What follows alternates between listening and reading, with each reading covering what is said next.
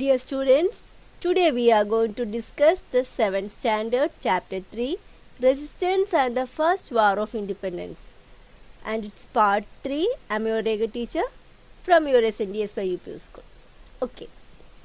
In our last class, we have discussed about the isolated resistance that occurred in different parts of our country. Is it? Can you say which are they? Which are those isolated resistance? ഒറ്റപ്പെട്ട resistance എന്ന് വെച്ചാൽ revolts ഉണ്ടായല്ലേ. ഇന്ത്യയുടെ പല ഭാഗത്തും ചില ഒറ്റപ്പെട്ട revolts ഉണ്ട് ബ്രിട്ടീഷുകാർക്കെതിരെ. ഏതൊക്കെയായിരുന്നു? ഫാമേഴ്സിൻ്റെ റിവോൾട്ട്സ് ഉണ്ടായി, മലബാർ റിബല്യൻ ഓർക്കുന്നുണ്ടല്ലോ. പിന്നെ നമ്മൾ മറ്റൊരു റിബല്യൻ പറഞ്ഞു, ഫറേസി റിബല്യൻ പറഞ്ഞു. പിന്നെ റിബല്യൻസ് ഓഫ് ട്രൈബൽ ഗ്രൂപ്പ്സിൻ്റെ കുറേ റിബല്യൻസിൻ്റെ റിവോൾട്ട്സിനെ കുറിച്ച് നമ്മൾ പറഞ്ഞായിരുന്നു അല്ലേ. പേരൊക്കെ ട്രൈബ്സിൻ്റെ പേരും ആ ട്രൈബൽ ഗ്രൂപ്പ്സിൻ്റെ പേരും അവർ ഏത് പ്ലേസിലാണ് ആ റിബല്യൻ നടത്തിയതെന്നൊക്കെ പറഞ്ഞായിരുന്നു അല്ലേ. പിന്നെ revolts led by kings and chieftains who lost your power, രാജ്യം നഷ്ടപ്പെട്ട ചില രാജാക്കന്മാരും ഇതേപോലെ റിവോൾട്ട്സ് നടത്തി എന്നൊക്കെ പറഞ്ഞായിരുന്നു അല്ലേ. അങ്ങനെയുള്ള റിവോൾട്ട്സിനൊക്കെ എന്തായിരുന്നു റിസൾട്ട്? അത് ഇന്ത്യയുടെ പല ഭാഗത്തും ഒറ്റപ്പെട്ട ഐസൊലേറ്റഡ് ആയിട്ടുള്ള റെസിസ്റ്റൻസ് ആയിരുന്നു. അവരൊന്നിച്ച് ഇപ്പോൾ ഫാമേഴ്സും ട്രൈബൽസും കിങ്സും ഒന്നിച്ച് നിന്നൊന്നും അല്ല ഇത് ചെയ്ത. ഫാമേഴ്സ് അവരുടേതായ ഒരു റിബല്യൻ നടത്തി, ട്രൈബൽസ് അവരുടേതായ ഒരു റിബല്യൻ നടത്തി, അങ്ങനെയായിരുന്നു അല്ലേ. അപ്പോൾ ഇതിൻ്റെ റിസൾട്ട് എങ്ങനെയായിരിക്കും? വളരെ സക്സസ്ഫുൾ ആയിരിക്കുമോ? ബ്രിട്ടീഷുകാരന് ഇവർക്ക് ഇവിടെ നിന്ന് ഓടിക്കാനോ അങ്ങനെ എന്തെങ്കിലുമൊക്കെ ചെയ്യാൻ പറ്റിക്കാണോ? ഇല്ല. ബ്രിട്ടീഷ് ആർമി എന്ത് ചെയ്തിട്ടുണ്ടായിരിക്കും? ബ്രിട്ടീഷ് ആർമി ഈസ്റ്റ് ഇന്ത്യ കമ്പനിയുടെ ആർമി എന്തിട്ടുണ്ടാവും? ഈ റിബല്യൻസിനെല്ലാം ഈ റിവോൾട്ട്സിനൊക്കെ സപ്രസ് ചെയ്തിട്ടുണ്ടായിരിക്കും, അടിച്ചമർത്തിയിട്ടുണ്ടായിരിക്കും. കാരണം അവിടെ മോസ്റ്റ് മോഡേൺ വെപ്പൺസ് ഒക്കെ ഉണ്ടല്ലേ. ഈ പാവപ്പെട്ട ഇന്ത്യൻസിനെക്കാട്ടും നല്ല അഡ്വാൻസ്ഡ് ആർമി അവിടെ ഉണ്ടാവുകൊണ്ട് അവരെന്ത് അവരുടെ ആർമി ഉപയോഗിച്ച് ഇന്ത്യൻസിൻ്റെ ഈ അവരുടെ റിവോൾട്ടെല്ലാം സപ്രസ് ചെയ്തിട്ടുണ്ടായിരിക്കും. അങ്ങനെ തന്നെ ആയിരുന്നു. പിന്നീട് ഒരിക്കലും ഇങ്ങനെ ഓർഗനൈസ്ഡ് റിബല്യൻസ് ഒന്നും ഉണ്ടായിരുന്നില്ലേ. എല്ലാ വിഭാഗക്കാരും ഒന്നിച്ച് കൂടി ചേർന്ന് ബ്രിട്ടീഷുകാർക്കെതിരെ ഫൈറ്റ് ചെയ്തില്ലായിരുന്നോ? ചെയ്തായിരുന്നു. പിന്നീടുള്ള കാലം നമ്മൾ അങ്ങനത്തെ റിവോൾട്ടാണ് കണ്ടത്. അപ്പോൾ നമ്മളിനി പഠിക്കാൻ പോകുന്നത് the first war of Indian independence in 1857. 1857 ഇന്ത്യയിൽ നടന്ന ആദ്യത്തെ സ്വാതന്ത്ര്യം കിട്ടാൻ വേണ്ടി നമ്മൾ നടത്തിയ സമരത്തിനെ കുറിച്ചാണ് നമ്മളിപ്പോൾ പറയാൻ പോകുന്നത്. ഈ 1857 റിവോൾട്ടിന് first war of Indian independence എന്ന് പറയും, സിപ്പോയി മ്യൂട്ടനി എന്നൊക്കെ പറയും കേട്ടോ. നമുക്ക് അതിൻ്റെ ഡീറ്റെയിൽസ് ഒന്ന് ചർച്ച ചെയ്യാം. Okay. The main leaders or sections that lead the 1857 revolt against the ബ്രിട്ടീഷുകാർക്കെതിരെ 1857 നടത്തിയ ആ റിവോൾട്ട് നടത്തിയ ആ പ്രധാനപ്പെട്ട സെക്ഷൻസ് വിഭാഗത്തിലുള്ള ആൾക്കാർ ആരൊക്കെയായിരുന്നു എന്ന് ഞാനിപ്പോൾ ഡിസ്കസ് ചെയ്യാൻ പോകുന്നത്. ആരൊക്കെയായിരുന്നു? Indian soldiers in the British army. ഇന്ത്യക്കാരായ സോൾജിയേഴ്സ്, ബ്രിട്ടീഷ് ആർമിയിലുള്ള ഇന്ത്യക്കാരായ സോൾജിയേഴ്സ്, അതായിരുന്നു ഒന്നാമത്തെ വിഭാഗം. ഈ Indian soldiers in the British army എന്ന് പറയുന്ന ആ ബ്രിട്ടീഷ് ആർമിയിൽ ഇന്ത്യൻ സോൾജിയേഴ്സിനെ പറഞ്ഞിരുന്ന പേരാണ് സിപ്പോയീസ്. എന്താണ്? സിപ്പോയീസ്.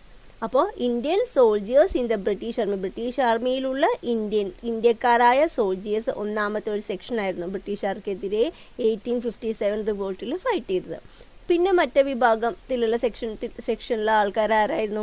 The kings who lost a hereditary rights as per the doctrine of ലാബ്സിലൂടെ രാജ്യം നഷ്ടപ്പെട്ട ആ രാജാക്കന്മാരും. അപ്പോൾ ഈ രണ്ട് വിഭാഗത്തിൽപ്പെട്ട ആൾക്കാരായിരുന്നു മെയിനായിട്ട് ബ്രിട്ടീഷുകാർക്കെതിരെ ഫൈറ്റ് ചെയ്തത്. എപ്പോൾ? 1857 ആ ഇയറിൽ the first war of Indian ഇൻഡിപെൻഡൻസിൽ ആക്റ്റീവായിട്ട് പാർട്ടിസിപ്പേറ്റ് ചെയ്ത ഈ രണ്ട് സെക്ഷൻസ് എന്ന് പറയുമ്പോൾ ഇവർ രണ്ടുപേരും ആണ് കേട്ടോ. സിപ്പോയീസും രാജാക്കന്മാരും, ഡോക്ടർ ഓഫ് ലാബ്സിലൂടെ രാജ്യം നഷ്ടപ്പെട്ട രാജാക്കന്മാരും. നമുക്കതിന് ഡീറ്റെയിൽ ആയിട്ട് ഓരോ കാര്യങ്ങൾ നോക്കായേ. അപ്പോൾ എന്തുകൊണ്ടാണ് ഈ സിപ്പോയീസ് ബ്രിട്ടീഷുകാർക്കെതിരെ ഫൈറ്റ് ചെയ്യാൻ തുടങ്ങിയത് എന്ന് വെച്ചാൽ ബ്രിട്ടീഷിൻ്റെ ആർമിയിലെ ജോലിക്കാരാണല്ലോ ഈ സിപ്പോയീസ് എന്ന് പറഞ്ഞാൽ. ഇന്ത്യക്കാരായ ആൾക്കാർ ബ്രിട്ടീഷിൻ്റെ ആർമിയിൽ സോൾജിയേഴ്സായിട്ട് ജോലി എടുക്കുന്നത്. അവർക്ക് എന്തായിരിക്കും ബ്രിട്ടീഷുകാരോട് ഇത്ര ദേഷ്യം തോന്നാൻ കാര്യം? കാരണം അവർക്ക് ശമ്പളമൊക്കെ കൊടുക്കുന്നുണ്ടല്ലോ. എന്നിട്ടും എന്തായിരിക്കും അവർക്ക് ദേഷ്യം തോന്നാൻ കാര്യം? റീസൺ ഉണ്ട്, ടീച്ചർ പറഞ്ഞുതരാം. നോക്കേ, ഈ സിപ്പോയീസ് ആ ആർമിയിൽ വർക്ക് ചെയ്തിരുന്നെങ്കിലും അവർക്ക് ബ്രിട്ടീഷുകാരായിട്ടുള്ള മറ്റ് സോൾജിയേഴ്സിനെ അപേക്ഷിച്ച് മീഗർ വേജസ് ആയിരുന്നു കിട്ടിയിരുന്നത്. മീഗർ വേജസ് മീൻസ് വളരെ തുച്ഛമായ വേജസ് മാത്രമേ അവർക്ക് കിട്ടിയിട്ടുണ്ടായിരുന്നുള്ളൂ. മറ്റേ സോൾജിയേഴ്സിനെ കമ്പയർ ചെയ്യുമ്പോൾ ഇന്ത്യൻ സോൾജിയേഴ്സിന് വളരെ ലോ ആയിട്ടുള്ള വേജസേ കിട്ടിയിട്ടുണ്ടായിരുന്നുള്ളൂ. പ്രൊലോങ്ഡ് വർക്കിംഗ് ഹവേഴ്സ്, മറ്റ് സോൾജിയേഴ്സ് വർക്ക് ചെയ്യുന്നതിനെക്കാട്ടും കൂടുതൽ നേരം ഈ നമ്മുടെ ഇന്ത്യൻ സിപ്പോയീസിനെ കൊണ്ട് ജോലി എടുപ്പിക്കുമായിരുന്നു. Prolonged means long working hours, നീണ്ടതായിരുന്നു. കുറേ ടൈം പീരീഡ് അവരെ കൊണ്ട് work ചെയ്യിപ്പിക്കായിരുന്നു.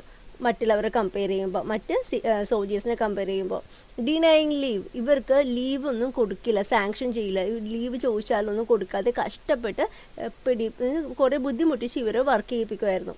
Slave like treatment by the superior officials, ഈ ആർമിയിലെ തന്നെ മറ്റു മുതിർന്ന ഓഫീസേഴ്സ് എന്ത് ചെയ്യും, ഈ സാധാരണ സിപ്പോയീസിനെ ഒരു സ്ലേവിനെ പോലെ, ഒരു അടിമകളെ പോലെ പണിയെടുപ്പിക്കുമായിരുന്നു. അതേപോലെ പുവർ ക്വാളിറ്റി ഫുഡായിരുന്നു ഇവർക്ക് കൊടുത്തിരുന്നത്. ഈ ആർമിയിലെ സിപ്പോയീസിന് ക്വാളിറ്റി ഇല്ലാത്ത ഫുഡായിരുന്നു കൊടുത്തിരുന്നത്. അപ്പോൾ ഏകദേശം ഒരു ഐഡിയ കിട്ടിയല്ലോ എന്തൊക്കെയായിരിക്കും ഈ സിപ്പോയീസിന് ബ്രിട്ടീഷുകാരോട് ദേഷ്യം തോന്നാനുള്ള കാര്യം. പക്ഷേ ഈ റിവോൾട്ട് 1857 റിവോൾട്ട് ഉണ്ടാകാനുള്ള മെയിൻ റീസൺ ഉണ്ട്, ഒരു ഇമ്മീഡിയറ്റ് കോസ് ഉണ്ട്, പെട്ടെന്നത് ആ ഒരു റിവോൾട്ട്, സിപ്പോയി മ്യൂട്ടിനി എന്ന് ഈ 1857 റിവോൾട്ടിനെ പറയും കേട്ടോ. അപ്പോൾ ഈ സിപ്പോയി മ്യൂട്ടിനി പൊട്ടിപ്പുറപ്പെടാനുള്ള പ്രധാനപ്പെട്ട ഒരു കാരണമുണ്ട്. അതാണ് ഇനി പറയാൻ പോകുന്നത്. 2 റീസൺസ് ആണ്, അത് ഇവിടെ 2 എണ്ണം ഉണ്ട്. ആ ടീച്ചർ ഓരോ ഡീറ്റെയിൽ ആയിട്ട് പറഞ്ഞുതരായേ. There spread a rumor that the cartridge to be used in the Enfield rifle, which were given to the sepoys, were greased with the fat of cows and pigs. എന്താണെന്ന് വെച്ചാൽ ഇന്ത്യക്കാരായ സിപ്പോയിസ് എന്ന് വെച്ചാൽ Indian സോൾജിയേഴ്സിന് പറയുന്നത് സിപ്പോയീസ് ആണല്ലോ. ഈ സിപ്പോയീസ് അവർക്കൊരു Enfield rifle ഉണ്ട് അല്ലേ, അവർക്ക് തോക്കുണ്ട്. ആ തോക്കിൽ നിറയ്ക്കേണ്ട വെടിമരുന്ന് ഒരു കാട്രിഡ്ജിലാണ് അവർക്ക് കിട്ടുന്നത്. ഇതേപോലെ ഒരു കാട്രിഡ്ജിലാണ് അവർക്ക് വരുന്നത്. അപ്പോൾ ഈ സിപ്പോയിക്ക് എന്ത് ചെയ്യേണ്ടതായിട്ട് വന്നു, ഈ കാട്രിഡ്ജ് ഇങ്ങനെ കടിച്ച് തുറന്നിട്ട് അതിൻ്റെ ഉള്ളിൽ ഗൺ പൗഡറും ബുള്ളറ്റും ഒക്കെ അവർക്ക് എന്ത് ചെയ്യും, ഇതിലോട്ട് ലോഡ് ചെയ്യേണ്ടതായിട്ട് വന്നു. കണ്ടോ, ഇതേപോലെ അവർക്ക് ലോഡ് ചെയ്യേണ്ടതായിട്ട് വന്നു. അപ്പം ഇങ്ങനെ വന്ന കാട്രിഡ്ജ് കടിച്ച് ഇങ്ങനെ പൊട്ടിച്ച് ഇതേപോലെ ലോഡ് ചെയ്യേണ്ടതായിട്ട് വന്നു. എന്നിട്ട് അവരിങ്ങനെ അത് കറക്റ്റായിട്ട് ഇങ്ങനെ നിറച്ച് തോക്ക് ഉപയോഗിക്കാൻ പാകത്തിലുള്ളതാക്കും. ഇപ്പോൾ ഇതിലൊരു തെറ്റും തോന്നുന്നില്ല അല്ലേ. പക്ഷെ ഒരു പ്രശ്നമുണ്ട്. എന്താണെന്ന് വെച്ചാൽ ഈ കാട്രിഡ്ജ് വരുമ്പോൾ ഇത് ഇങ്ങനെ പൊതിഞ്ഞ് വരുമ്പോൾ അതിൻ്റെ പുറം ഒരു പേപ്പർ കവറുണ്ട്. ആ പേപ്പർ കവറിലേക്ക് എന്തോ ഒരു ഗ്രീസ് പോലെ തോന്നാറുണ്ട്. എന്ന് വെച്ചാൽ ഒരു ഒട്ടിപ്പിടിക്കുന്ന എന്തോ ഒരു ഗ്രീസ് തോന്നാറുണ്ട്. അപ്പോൾ എന്ത് ചെയ്യും, ഇതിന് ചുറ്റും ഒരു ഗ്രീസ് ഉണ്ട്. അപ്പോൾ ഈ ഗ്രീസ് ഓൾറെഡി ഈ കോട്ടിങ്ങിലുണ്ട്. അപ്പോൾ ഈ സിപ്പോയിക്ക് ഈ ഗ്രീസ് അടങ്ങിയിരിക്കുന്ന ഈ കാട്രിഡ്ജിൻ്റെ ആണ് ഓപ്പൺ ചെയ്യേണ്ടത്, അത് കടിച്ചാണ് ഓപ്പൺ ചെയ്യേണ്ടത്. അപ്പോൾ ഈ ഗ്രീസ് ഇദ്ദേഹത്തിൻ്റെ വായിലൊക്കെ പോകും അല്ലേ. അപ്പോൾ ഒരു റൂമർ സ്പ്രെഡ് ചെയ്തു. റൂമർ എന്ന് വെച്ചാൽ എന്താ, കിംവദന്തി, ഒരു ചിലപ്പോൾ ഇല്ലാത്ത കാര്യമായിരിക്കും, വെറുതെ ആൾക്കാർ പറഞ്ഞു പരത്തുന്ന ഒരു കാര്യം, അതിനെയാണ് റൂമർ എന്ന് പറയുന്നത്. ആക്ച്വലി ഉള്ളതാണോ ഇല്ലാത്തതാണോ എന്ന് നമുക്കറിയില്ല, പക്ഷെ ആൾക്കാർ ഇങ്ങനെ വെറുതെ പറഞ്ഞുണ്ടാക്കില്ല അങ്ങനത്തെ ഒരു കാര്യത്തിന്. അങ്ങനെയല്ല ഇതിനും റൂമർ എന്നുള്ള വാക്കുകൊണ്ട് ഉദ്ദേശിക്കുന്നത്. അപ്പോൾ ഒരു റൂമർ സ്പ്രെഡ് ചെയ്തു. എന്താണെന്ന് വെച്ചാൽ ഈ കാട്രിഡ്ജിൻ്റെ മുകളിലുള്ള ഗ്രീസ് ഉണ്ടാക്കിയിരിക്കുന്നത് കൗവിൻ്റെയോ പിഗിൻ്റെയോ ഫാറ്റ് ഉപയോഗിച്ചിട്ടാണ്. മനസ്സിലായല്ലോ. ഈ ഗ്രീസ് എങ്ങനെയാണ് ഉണ്ടാക്കിയിരിക്കുന്നത്, ഒന്നല്ലെങ്കിൽ കൗവിൻ്റെയോ അല്ലെങ്കിൽ പിഗിൻ്റെയോ ഒക്കെ ഫാറ്റ് ഉപയോഗിച്ചിട്ടാണ് ഈ ഗ്രീസ് ഉണ്ടാക്കിയിരിക്കുന്നത്. എന്ന് വെച്ചാൽ അതിൻ്റെ പശുവിൻ്റെയും പന്നിയുടെയൊക്കെ നെയ്യ് ഉപയോഗിച്ചിട്ടാണ് ഈ ഗ്രീസ് പോലത്തെ ആ മെറ്റീരിയൽ ഇതിൻ്റെ മുകളിൽ തേച്ചിരിക്കുന്നതെന്നൊരു റൂമർ വന്നു. അപ്പോൾ സിപ്പോയീസിന് ഇത് കേട്ടപ്പോൾ ആകെ ഷോക്കായി. കാരണം ഈ ഇന്ത്യൻ സിപ്പോയീസിൽ ആരൊക്കെ ഉണ്ടത്, ഹിന്ദുക്കളും ഉണ്ടായിരുന്നു, മുസ്ലിങ്ങളും ആയിട്ടുള്ള ആൾക്കാർ സോൾജിയേഴ്സായിട്ട് വർക്ക് ചെയ്യുന്നുണ്ട് ഈ ബ്രിട്ടീഷിൻ്റെ ആർമിയിൽ. അപ്പോൾ ഇന്ത്യൻ സോൾജിയേഴ്സായ ഹിന്ദുസിനും മുസ്ലിംസിനും ഒക്കെ വളരെ ഷോക്കായി ഇത് കേട്ടപ്പോൾ. കാരണം എന്താണ്, ഹിന്ദുസിന് കൗവിന് ഒരിക്കലും കൗവിൻ്റെ ഒരു കൊന്ന് അതിൻ്റെ ഫാറ്റ് കൊണ്ട് ഇതുണ്ടാക്കുക, ഗ്രീസ് പോലത്തെ ഒരു മെറ്റീരിയൽ ഉണ്ടാക്കുക, അത് അവർക്ക് ഒരിക്കലും തിങ്ക് ചെയ്യാൻ പോലും പറ്റുന്നില്ല. കാരണം അവർക്കത് എതിരായിരുന്നു അത്. അതേപോലെ മുസ്ലിംസും പിഗിനെ അവരൊരിക്കലും തൊഴില്ല, അവനെ ദ്രോഹിക്കില്ല, അങ്ങനത്തെ ഒരു രീതിയിലായിരുന്നു. അപ്പോൾ ഈ മുസ്ലിംസിനും ഹിന്ദുസും ആയിട്ടുള്ള ഈ സിപ്പോയീസിന് ഈ ഒരു റൂമർ കേട്ടപ്പോൾ അവർക്ക് സഹിക്കാൻ പറ്റുന്നതിൽ അപ്പുറം. ഇപ്പോൾ അവരുടെ മതത്തിന് അവർ വിശ്വസിക്കുന്ന ആ മതത്തിന് എതിരായിട്ടുള്ളൊരു കാര്യമാണ് ഇപ്പോൾ അവർ ചെയ്യേണ്ടി വന്നത് അല്ലേ. വിശ്വാസത്തിന് എതിരായിട്ടുള്ളൊരു കാര്യം അവർക്ക് ചെയ്യേണ്ടി വന്നു, അവർക്ക് ഇഷ്ടമല്ലാത്തൊരു കാര്യം. ഇപ്പോൾ കൗവിൻ്റെയോ പിഗിൻ്റെയോ ഒക്കെ ഗ്രീസ് ഫാറ്റ് കൊണ്ടുണ്ടാക്കിയ ആ ഗ്രീസ് അവരുടെ വായിൽ വെക്കാന്ന് വെച്ചാൽ അവർക്ക് ചിന്തിക്കാൻ പോലും പറ്റുന്നില്ല. ഈ ഒരു ഒറ്റ റീസൺ സിപ്പോയീസിൻ്റെ ഇടയിൽ വലിയൊരു ദേഷ്യവും എല്ലാം ഉണ്ടാക്കി അവർ ബ്രിട്ടീഷുകാർക്കെതിരെ ഫൈറ്റ് ചെയ്യാൻ തുടങ്ങി.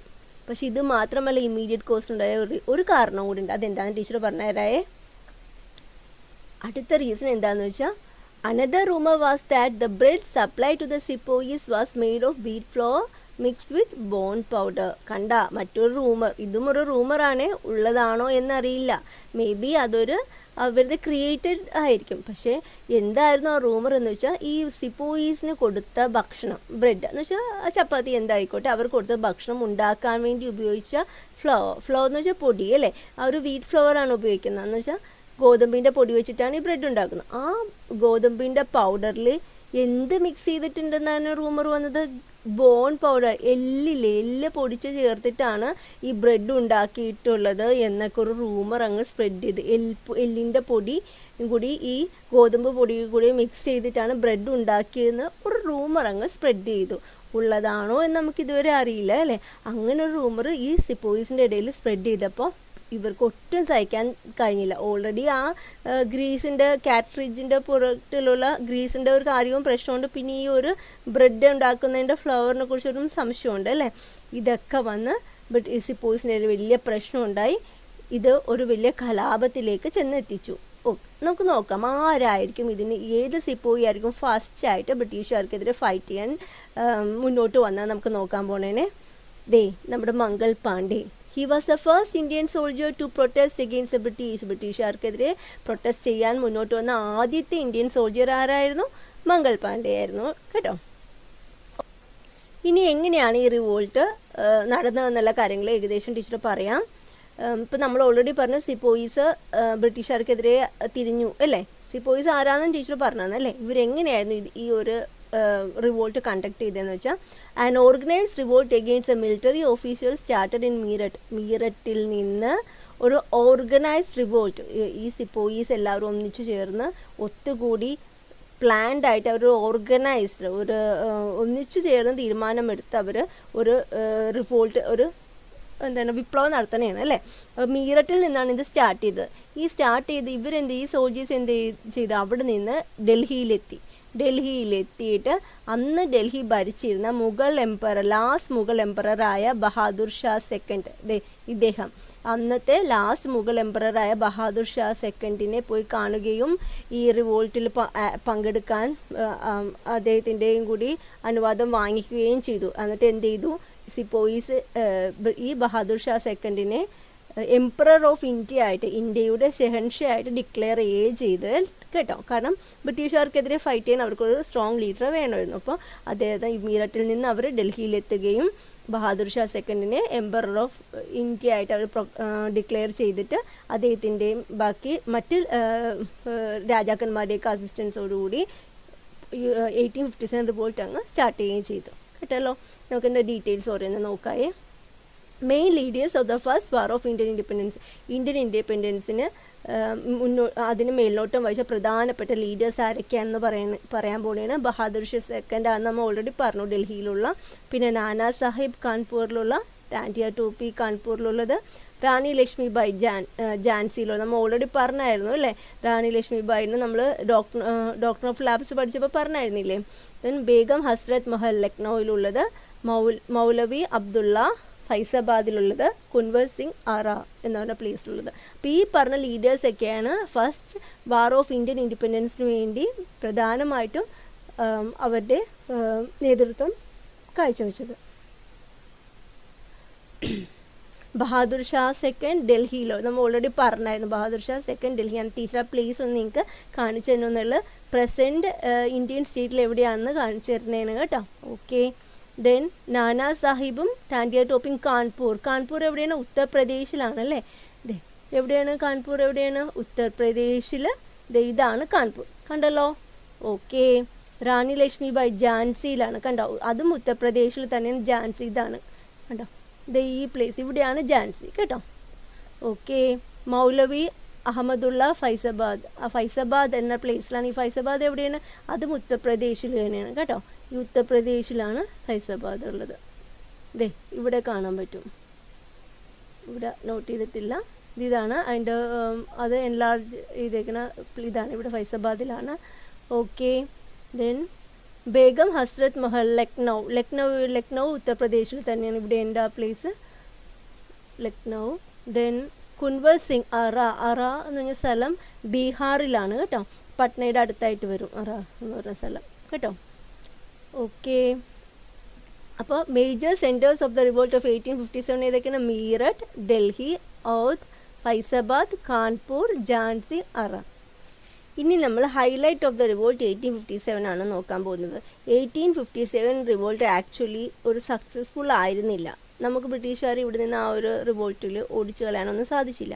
പക്ഷെ എന്നാൽ പോലും ആ റിവോൾട്ടിന് ചില പ്രധാനപ്പെട്ട ഒരു ഹൈലൈറ്റുകളുണ്ടായിരുന്നു. എന്ന് വെച്ചാൽ നമുക്ക് എടുത്തു പറയാനായിട്ടുള്ള കുറച്ച് കാര്യങ്ങളുണ്ടായിരുന്നു. എന്തെന്ന് വെച്ചാൽ നമുക്ക് ഓൾറെഡി അറിയാമല്ലേ, സിപ്പോയിസും നമ്മളുടെ പല നഷ്ടപ്പെട്ട പല രാജാക്കന്മാരും ഒന്നിച്ചു കൂടിയാണ് ഈ റിവോൾട്ട് നടത്തിയത് എന്നല്ലേ. അപ്പോൾ ഈ സിപ്പോയിസിൽ തന്നെ ഹിന്ദുക്കളും ഉണ്ടായിരുന്നു, മുസ്ലിങ്ങളും ഉണ്ടായിരുന്നു. പിന്നെ പല രാജാക്കന്മാരിൽ തന്നെ ഈ രാജ്യം നഷ്ടപ്പെട്ട രാജാക്കന്മാരിൽ തന്നെ ഹിന്ദുക്കളും ഉണ്ടായിരുന്നു, മുസ്ലിങ്ങളും ഉണ്ടായിരുന്നു. അപ്പോൾ പല വിഭാഗത്തിലുള്ള ആൾക്കാർ ഒന്നിച്ചു കൂടി നിന്ന് റിലീജിയന് ഇറസ്പെക്റ്റീവായിട്ട്, റിലീജിയനൊന്നും അങ്ങനെ മതമൊന്നും നോക്കാതെ ഒന്നിച്ചു നിന്ന് ബ്രിട്ടീഷുകാർക്കെതിരെ ഫൈറ്റ് ചെയ്ത ആദ്യത്തെ ഓർഗനൈസ്ഡ് റിവോൾട്ടായിരുന്നു ഈ revolt of 1857. The sense of unity that the people of India upheld irrespective of റിലീജിയന് അപ്പുറം എല്ലാവരും ഒന്നിച്ചു നിന്ന് ഫൈറ്റ് ചെയ്ത ഒരു ആദ്യത്തെ റിവോൾട്ടായിരുന്നു ഈ റിവോൾട്ട് ഓഫ് 1857. കൂടാതെ the sepoys proclaimed Bahadur Shah second as Shah Hindustan. ഇന്ത്യയിലെ എംപററായ ബഹാദൂർ ഷാ സെക്കൻഡിനെ മുഗൾ എംപററിലെ ലാസ്റ്റ് എംപററായ ബഹാദൂർ ഷാ സെക്കൻഡിനെ എംപറർ ഓഫ് ഇന്ത്യ ആയിട്ട് സിപ്പോയിസ് ഡിക്ലെയർ ചെയ്തു അല്ലേ. അവർ പറഞ്ഞു മറ്റൊരു ബ്രിട്ടീഷുകാരെ ആവശ്യമില്ല, ഇന്ത്യയിൽ തന്നെയുള്ള ഇപ്പോൾ ഓൾറെഡി മുഗൾ റൂളേഴ്സ് ആണല്ലോ അവിടെ ഭരിക്കുന്നത്, അവിടെ തന്നെയുള്ള ഒരു രാജാവ് മതി ഇന്ത്യയുടെ ഒരു എംപറർ ചക്രവർത്തി എന്നുള്ള രീതിയിൽ ഷാ ഹിന്ദുസ്ഥാനായിട്ട് ബഹാദൂർ ഷാ സെക്കൻഡിനെ അവർ പ്രൊക്ലെയിം ചെയ്തു. അപ്പോൾ ഇതൊരു പ്രധാന ഹൈലൈറ്റ് ആയിട്ട് നമുക്ക് റിവോൾട്ട് ഓഫ് 1857 എടുത്ത് പറയേണ്ട ഒരു ഹൈലൈറ്റ്സ് ഇതാണ് കേട്ടോ. ഓക്കെ, ഞാൻ പറഞ്ഞു ഈ first war of Indian independence ഒരു ഫെയിലിയർ ആയിരുന്നു എന്ന് പറഞ്ഞല്ലേ. അത്ര സക്സസ്ഫുൾ ആയിരുന്നില്ല, നമുക്ക് ബ്രിട്ടീഷുകാർ ഇവിടെ നിന്ന് ഓടിക്കാൻ സാധിച്ചില്ല. പക്ഷെ എന്തായിരിക്കും ഈ first war of Indian independence ഒരു ഫെയിലിയർ ആകാനുള്ള റീസൺസ്, കാരണങ്ങൾ നമുക്ക് നോക്കാം. കോർഡിനേഷൻ ഉണ്ടായിരുന്നു. ഈ സിപ്പോയിസും നമ്മളുടെ രാജ്യം നഷ്ടപ്പെട്ട രാജാക്കന്മാരും വേറെ പല സെക്ഷൻസ് ഒന്നിച്ചു നിന്നു എന്നൊക്കെ ഞാൻ നിങ്ങളോട് ഓൾറെഡി പറഞ്ഞു. എന്നാൽ പോലും അവർക്ക് വേണ്ട കോർഡിനേഷൻ ഉണ്ടായിരുന്നില്ല. തമ്മിലുള്ള എങ്ങനെ ഫൈറ്റ് നടത്തണം എന്നുള്ളൊരു ഒരു ധാരണയൊന്നും ഈ പറഞ്ഞ ആൾക്കാർക്ക് ഉണ്ടായിരുന്നില്ല. അതൊരു റീസണാണ്. The company had strong military power, better weapons and coordination. പക്ഷേ ഈസ്റ്റ് ഇന്ത്യ കമ്പനിക്ക് എങ്ങനെയായിരുന്നു? നല്ല മിലിറ്ററി പവർ ഉണ്ടായിരുന്നു, അവർക്ക് മോസ്റ്റ് മോഡേൺ വെപ്പൺസ് ഉണ്ടായിരുന്നു. അതേപോലെ അവരുടെ ഒഫീഷ്യൽസ് ഇവർക്ക് നല്ല കോർഡിനേഷനൊക്കെ നൽകി വേണ്ട നിർദ്ദേശങ്ങളൊക്കെ നടത്തി ഈ സൈന്യത്തെ മുന്നോട്ട് വഹിക്കാൻ പറ്റിയ എഫിഷ്യൻ്റ് ആയിട്ടുള്ള ഒരു മിലിറ്ററി തന്നെ അവർക്കുണ്ടായിരുന്നു അല്ലേ, നമ്മുടെ ഇന്ത്യക്കാരെ അപേക്ഷിച്ച്. പിന്നെ അടുത്ത റീസൺ എന്താണ്? Fail to ensure mass support. എല്ലാ വിഭാഗത്തിലെ ആൾക്കാരെയും കൂടി ഉൾപ്പെടുത്താൻ ഈ ഒരു first war of Indian independence സാധിച്ചില്ല. മാസ് സപ്പോർട്ട് ഉണ്ടാക്കുക എന്ന് വെച്ചാൽ എല്ലാ വിഭാഗത്തിനെയും കൂടി ഉൾപ്പെടുത്താനുള്ള എല്ലാവരുടെയും സപ്പോർട്ട് ഈ ഒരു first war of Indian independence ഉണ്ടായിരുന്നില്ല. കൂടാതെ the English educated Indians were against revolt. English വിദ്യാഭ്യാസമൊക്കെ നേടിയ ഇന്ത്യക്കാരായ ചില ആൾക്കാരുണ്ടല്ലേ, ബ്രിട്ടീഷുകാരേക്ക് ഇങ്ങനെ താങ്ങി നിൽക്കുന്ന, അവരുടെ ജോലിയൊക്കെ ആഗ്രഹിച്ച് നിൽക്കുന്ന ഇംഗ്ലീഷ് എഡ്യൂക്കേറ്റഡ് ആയിട്ടുള്ള ചില ആൾക്കാരുണ്ടായിരുന്നു. അവരൊക്കെ ഈ റിവോൾട്ടിനെതിരായിരുന്നു. അവർക്കൊന്നും ബ്രിട്ടീഷുകാർ ഇവിടുന്ന് പോകണമെന്നുണ്ടായിരുന്നില്ല, കാരണം അവർ ബ്രിട്ടീഷുകാരുടെ ഓഫീസിലൊക്കെ വർക്ക് ചെയ്യുന്ന ആൾക്കാരായിരുന്നു. അപ്പോൾ അവർക്കൊന്നും ഇങ്ങനെ ഈ ഒരു ഫസ്റ്റ് വാർ ഓഫ് ഇന്ത്യൻ ഇൻഡിപെൻഡൻസിനോട് താല്പര്യം ഉണ്ടായിരുന്നില്ല. Next one, the rulers of affluent princely States supported the company. ഇന്ത്യയിലെ തന്നെ വെൽത്തി ആയിട്ടുള്ള പ്രിൻസ്ലി സ്റ്റേറ്റ്സ്, ചില രാജാക്കന്മാരുണ്ട്, ഇച്ചിരി സാമ്പത്തികമായിട്ട് ഉയർന്ന നാട്ടുരാജാക്കന്മാരൊക്കെ ഉണ്ട്, അവരൊക്കെ എന്ത് ചെയ്തു? ഈ ഈസ്റ്റ് ഇന്ത്യ കമ്പനിയെ സപ്പോർട്ട് ചെയ്തിരുന്നു. അപ്പോൾ ഇതൊക്കെയായിരുന്നു first war of Indian independence ഒരു പരാജയമായി മാറാനുള്ള പ്രധാനപ്പെട്ട കാരണങ്ങൾ. മനസ്സിലായല്ലോ? Okay. Result of the revolt 1857. ഈ 1857 റിവോൾട്ടിൻ്റെ റിസൾട്ട് എന്താണ് എന്ന് നമ്മളിപ്പോൾ നോക്കാൻ പോകുന്നത്. നമ്മൾ പറഞ്ഞ first war of Indian independence ഒരു സക്സസ്ഫുൾ ആയിരുന്നില്ല എന്ന് പറഞ്ഞു. എന്നാലും അതിന് ശേഷം ഈ ഫസ്റ്റ് വാർ ഓഫ് ഇന്ത്യൻ ഇൻഡിപെൻഡൻസിന് ശേഷം എന്തായിരുന്നു ഇന്ത്യയിലുണ്ടായ ആ മാറ്റം എന്നാണ് നമ്മളിപ്പോൾ നോക്കാൻ പോകുന്നത്. The company suppress a revolt and Bahadur Shah second was expelled to Rangoon. East India company ഈ first war of Indian independence അടിച്ചമർത്തി അല്ലേ. അവർക്ക് അടിച്ചമർത്താൻ അവർക്ക് എങ്ങനെ സാധിച്ചു എന്നുള്ളത് നമ്മൾ തൊട്ട് മുമ്പ് ഡിസ്കസ് ചെയ്തായിരുന്നു. അവരുടെ കയ്യിൽ മോസ്റ്റ് മോഡേൺ വെപ്പൺസ് ഉണ്ടായിരുന്നു, അവർ ഓർഗനൈസ്ഡ് ആയിരുന്നു. അങ്ങനെ എല്ലാ കാരണങ്ങളാൽ അവർക്ക് നമ്മൾ സപ്രസ് ചെയ്യാൻ സാധിച്ചു. അപ്പോൾ നമ്മളിപ്പോൾ നമ്മുടെ ബഹാദൂർ ഷാ സെക്കൻഡ് നമ്മൾ സൺ ഷാ ഓഫ് ഇന്ത്യ ആയിട്ട് ഡിക്ലെയർ ചെയ്ത് വെച്ചല്ലോ. അദ്ദേഹത്തിനെ നാട് കടത്തി, പുറത്താക്കി. എങ്ങോട്ടേക്ക് പുറത്താക്കി? ബർമയിലോട്ട് പുറത്താക്കി. ബർമയിലെ റംഗൂൺ എന്ന് പറഞ്ഞ സ്ഥലത്തേക്ക് ഇദ്ദേഹത്തെ കടത്തി, എക്സ്പെൽ ചെയ്തു. ഓക്കെ, ഇനി അടുത്ത പ്രധാനപ്പെട്ട സംഭവം എന്താണെന്ന് നോക്കാം. Even though the revolt failed, it was the first mass revolt against the company rule.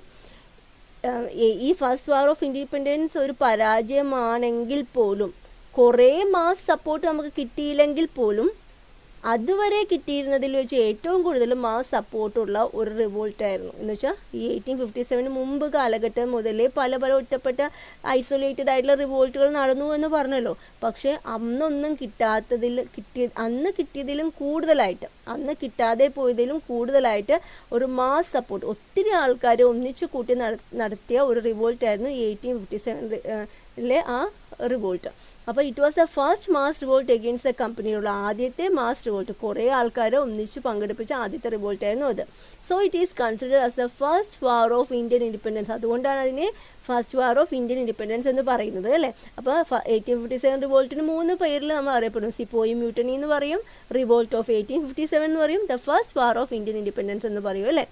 അപ്പോൾ ഈ റിവോൾട്ടിന് ശേഷം നമ്മുടെ അഡ്മിനിസ്ട്രേഷനിൽ, ഭരണത്തിലൊരു മാറ്റം സംഭവിച്ചു. അതെന്താണെന്നാണ് ഞാൻ പറയാൻ പോകുന്നത്. അപ്പോൾ ഇതുവരെ ഇംഗ്ലീഷ് ഈസ്റ്റ് ഇന്ത്യ കമ്പനിയാണ് ഇന്ത്യ ഭരിച്ചിരുന്നത്, ഇംഗ്ലീഷ് ഈസ്റ്റ് ഇന്ത്യ കമ്പനിയാണ് ഇന്ത്യ ഭരിച്ചിരുന്നതെന്നൊക്കെ നമ്മൾ പറഞ്ഞിട്ടുണ്ട്. കച്ചവടത്തിനായിട്ട് വന്ന ഇംഗ്ലീഷ് ഈസ്റ്റ് ഇന്ത്യ കമ്പനിയാണ് പിന്നെ ഇന്ത്യയുടെ അഡ്മിനിസ്ട്രേഷൻ നടത്തിയെന്നൊക്കെ പറഞ്ഞായിരുന്നു, അല്ലേ? പക്ഷേ 1857 റിവോൾട്ടിന് ശേഷം എന്ത് സംഭവിച്ചു? The rule of the English East India company came to an end. English East India കമ്പനിയുടെ ഭരണം, ഇന്ത്യയിൽ ഇംഗ്ലീഷ് ഈസ്റ്റ് ഇന്ത്യ കമ്പനി എന്നുള്ള പേരിൽ ബ്രിട്ടീഷുകാർ ഇവിടെ ഭരിച്ചിരുന്നത് നിർത്തുകയും, പിന്നെ ആരാ? ക്യൂൺ എന്ന് വെച്ചാൽ ബ്രിട്ടനിലെ ക്യൂൺ നേരിട്ട് with the queen's proclamation of 1858 queen പറഞ്ഞു, അങ്ങനെ ഇംഗ്ലീഷ് ഈസ്റ്റ് ഇന്ത്യ കമ്പനി അതിൻ്റെ കീഴിലല്ല ഇനി ഇന്ത്യ ഇനി മുന്നോട്ട് പോകുന്നത്. പിന്നെ ആരുടെ ഡയറക്റ്റ് റൂളിലാണ്? ബ്രിട്ടീഷ് ക്യൂണിൻ്റെ നേരിട്ടുള്ള ഭരണമാണ് ഇനി നടക്കാൻ പോകുന്നത്. India came under the direct rule of the British queen. British queen നേരിട്ടാണ് ഇനി ഇന്ത്യ ഭരിക്കാൻ പോകുന്നത്, അല്ലാതെ ഇംഗ്ലീഷ് ഈസ്റ്റ് ഇന്ത്യ കമ്പനി, ട്രേഡിനായിട്ട് വന്ന ഇംഗ്ലീഷ് ഈസ്റ്റ് ഇന്ത്യ കമ്പനിയാണല്ലോ ഇപ്പോൾ ഭരിച്ചുകൊണ്ട്, അതല്ല. ആ ഒരു മാറി ഇംഗ്ലീഷ് ഈസ്റ്റ് ഇന്ത്യ കമ്പനിയുടെ കീഴിൽ നിന്നും മാറി ബ്രിട്ടീഷ് ക്യൂണിൻ്റെ ഡയറക്റ്റ് റൂളാണ് ഇന്ത്യയിൽ നടക്കാൻ പോകുന്നത് എന്ന് പറഞ്ഞു. ബ്രിട്ടീഷ് റൂൾ പിന്നെ അങ്ങനെ കണ്ടിന്യൂ ചെയ്തു, അല്ലേ? Okay, that's all for today. നമ്മളിപ്പോൾ ഈ 3rd ചാപ്റ്റർ ഏകദേശം കവറപ്പ് ചെയ്തു. നോട്ട്സ് നിങ്ങൾക്ക് അയച്ചിരുന്നതാണ്.